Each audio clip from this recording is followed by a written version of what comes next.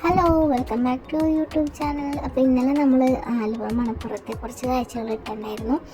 അതിൽ മെയിനായിട്ട് ഇപ്പോഴത്തെ സ്പെഷ്യൽ ഒരു ഐറ്റം ഉണ്ടായിരുന്നു, ടണൽ അക്വേറിയം.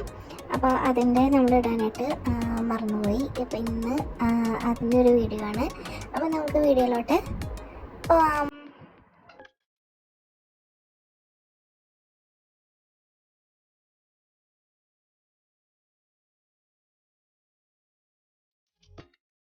അഞ്ച് വയസ്സിന് മുകളിലുള്ള എല്ലാവർക്കും 100 രൂപയാണ് കേട്ടോ അവിടുത്തെ ടിക്കറ്റ് റേറ്റ്.